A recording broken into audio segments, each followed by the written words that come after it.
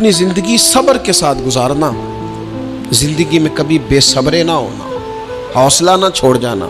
صبر بزدلی نہیں ہوتا، صبر تو اچھی تدبیر کو کہتے ہیں، صبر تو رب کریم کے فیصلے کے انتظار کو کہتے ہیں، صبر تو اللہ کی مدد کے نازل ہونے کے انتظار کو کہتے ہیں۔ حضرت علی شیر خدا ارشاد فرماتے ہیں، یاد رکھنا ایمان میں صبر کی وہی حیثیت ہے جو جسم میں سر کی حیثیت ہے۔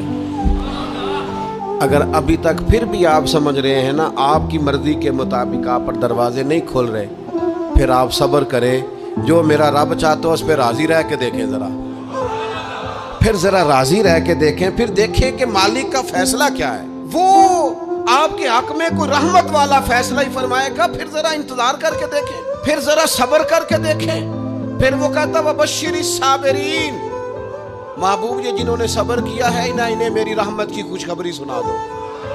پھر وہ کہتا ہے باقیوں کے پاس مال ہوگا، دولت ہوگی، اقتدار ہوگا، بڑا کچھ ہوگا، ان اللہ مع الصابرین، صبر کرنے والوں کے ساتھ رب کریم ہوگا۔